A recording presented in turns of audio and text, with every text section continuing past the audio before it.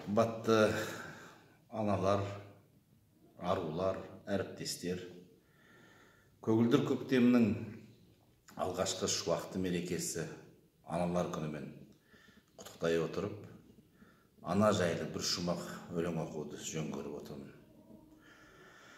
Сұлу қылып жаратты ғаламды Алла.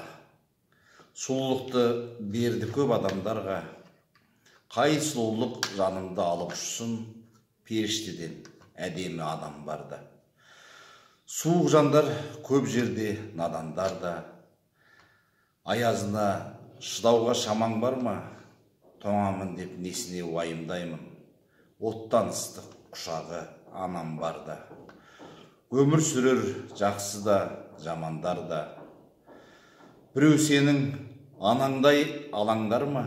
Қатыгездік көрін деп налымаспын.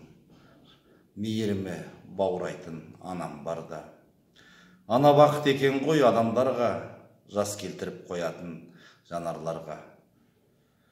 Жалғандағы жалғызақ тілегім бол, ең бақытты жан етші анамды Алла дейді. Сондықтан құрметті аналар, мерекелеріңіз құтты болсын, аналарымыз аман болсын.